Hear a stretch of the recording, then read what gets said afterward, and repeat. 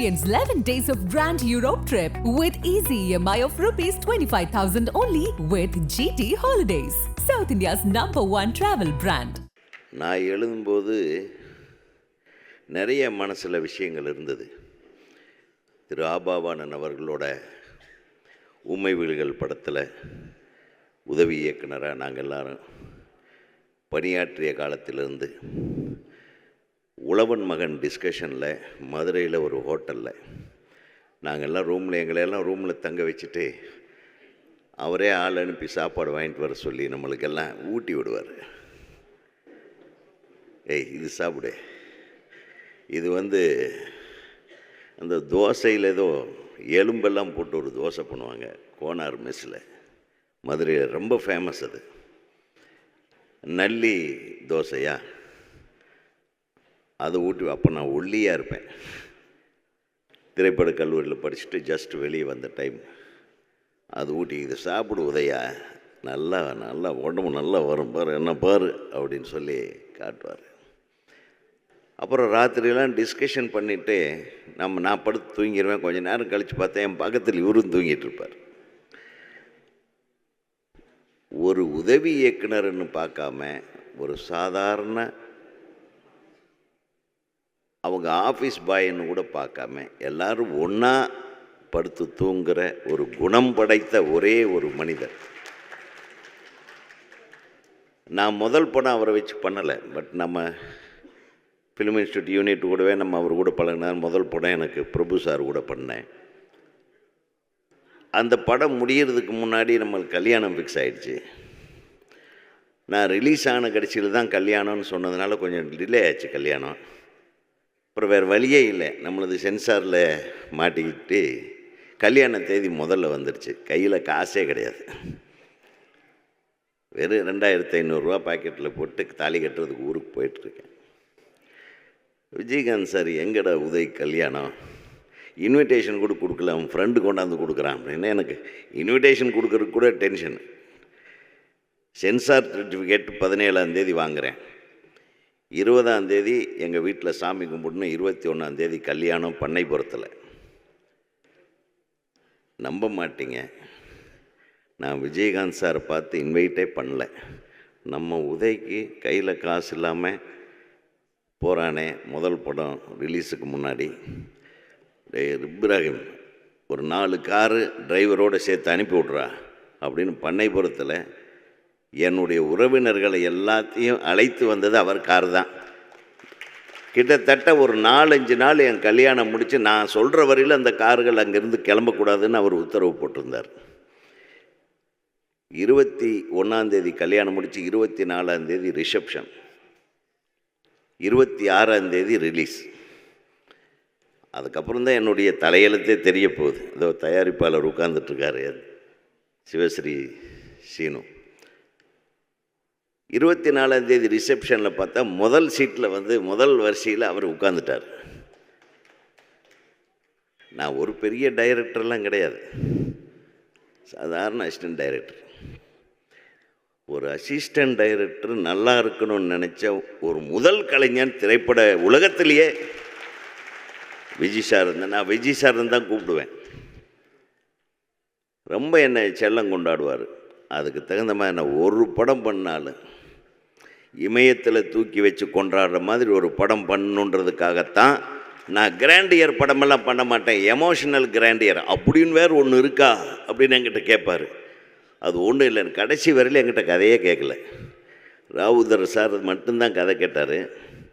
இந்த மாதிரி தோளில் தூண்டு போட்டு போனால் நான் அந்த டைலாக் ஒன்று வருமே, அந்த டைலாக் அவ்வளோதான் கதை அப்படின்ட்டேன்.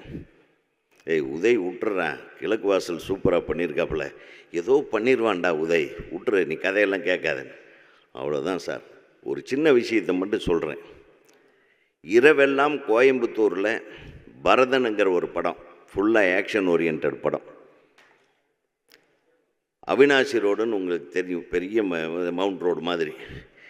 இந்த பக்கம் பில்டிங்க்கு அந்த பக்கம் பில்டிங்க்கு நடுவில் ரோப்பு, அதில் பறந்து ஷூட் பண்ணிவிட்டு ஆக்ஷன் சீன் நடிச்சிட்ருப்பார் வெடிய. நாங்கள் பொள்ளாச்சியில் சின்ன கவுண்டரில் ஒரு சாதாரண லாட்ஜில், மணிஷ் லாட்ஜில் ரூம், காலையில் 5:30 மணிக்கு அந்த ரூம் கதவு திறந்து என் மேலே தண்ணி ஊற்றிட்டுருப்பார். எந்திரி கிளம்பலாம் ஷூட்டிங்குன்னு. மனுஷன் தூங்கவே மாட்டாருங்க. ராத்திரியெல்லாம் அந்த படப்பிடிப்பு முடிச்சுட்டு இவ்வளவு இன்ட்ரெஸ்ட்டாக வந்து எங்களையும் அசிஸ்டண்ட்டுகளெல்லாம் எழுப்பி கூப்பிட்டு போயிடுவார். பார்த்தா எனக்கு அப்படியே கண்ணு செக்க செவேன்னு இருக்கும். அவர் கண்ணு, ஐயோ எங்கள் சின்ன கவுண்டர் கண்ணு வெள்ளை வெளியேறுன்னு இருக்கணுமே, சாந்தா சொரூபியாக இருக்கணுமே. நான் என்ன பண்ணுவேன், இந்த தலையை முடி இப்படி கட்டிட்டு படுக்க வச்சுருவேன். நீங்கள் நல்லா தூங்குங்க, நான் சொல்கிறப்ப எந்திரிச்சா போதுன்னு. அவர் ஒரு குழந்த மாதிரி அப்படியே தென்னை ஓலையை அப்படியே விரித்து படுத்து, தென்னை ஓலையிலேயே கீழே தலைமேட்டில் ஒரு ஓலையை போட்டு அப்படியே படுத்து தூங்கிடுவார். ஒரு 10:30 மணிக்கு எழுப்புவேன். அப்படியே சப்பியாக இருக்கும், கண் வெள்ளையன்னு இருக்கும். நான் இப்படி துண்டு கட்டினதுனால அந்த முடி மடங்கியிருக்கும். அப்படி வந்து நின்று இப்படி பார்க்க சொல்லுவேன். அவ்வளோதான், இவ்வளோதானாடா, இதுக்கா என்னை போட்டு இந்த வாட்டுனே பாரு. அதாவது எனக்கு தெரிய அவருக்கு எல்லாரும் இப்போ பேசுனாங்க, அவர் இவ்வளவு பண்ணியிருக்காரு, இவ்வளவு அவர் பண்ணியிருக்காரு. இது எல்லாத்தையும் விட எல்லா நடிகர்களுக்கும் ஒரு முக்கியமான ஒரு விஷயத்தை அவர் சொல்லிட்டு போயிருக்கார். தயவுப்படி நான் அதிக பிரசங்கித்தனமாக பேசுகிறேன்னு நினைக்க வேண்டாம். ஒரு டிரைவர் கூட, வண்டி ஏன் இப்படி ஓட்டுறேன்னு சொன்னா, நான் எவ்வளோ வருஷம் டிரைவர் தெரியுமா அப்படின்னா அந்த டிரைவருக்கு உண்டான ஈகோவை காட்டுவான். ஒரு அசிஸ்டண்ட்டு கூட ஈகோவை காட்டுவான். ஒரு சாதாரண வேலைக்காரர் எந்த வேலையாக இருந்தாலும் சரி அவனுக்கு உண்டான ஈகோவை காட்டுவான்.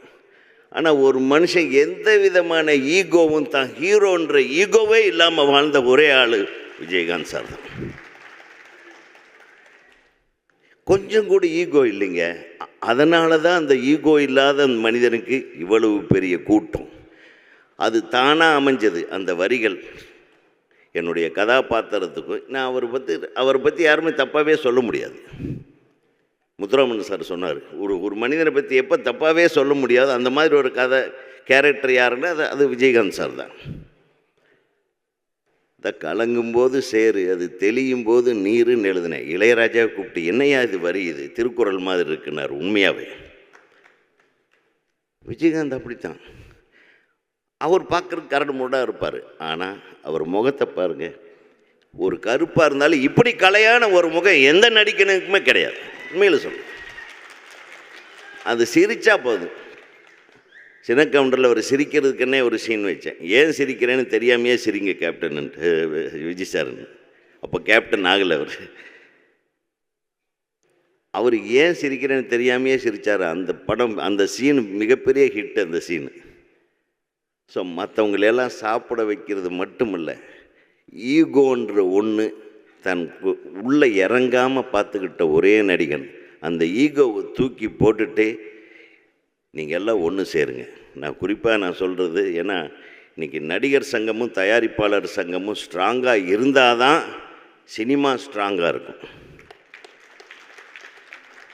நீங்கள் எல்லாம் ஒன்று சேரணும்னு இன்றைக்கி கூட இந்த மனுஷன் யோசனை பண்ணதுனால தான் நீங்கள் எல்லாம் இன்றைக்கி ஒன்று சேர்ந்துருக்கீங்க.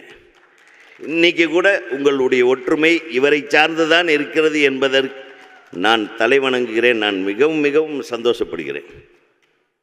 ஏன்னா ஒரு ஆன்மா உங்களை மீண்டும் ஒன்று சேர்க்க துடிக்கிறது என்பதை மட்டும் உணர்ந்து கொள்ளுங்கள்.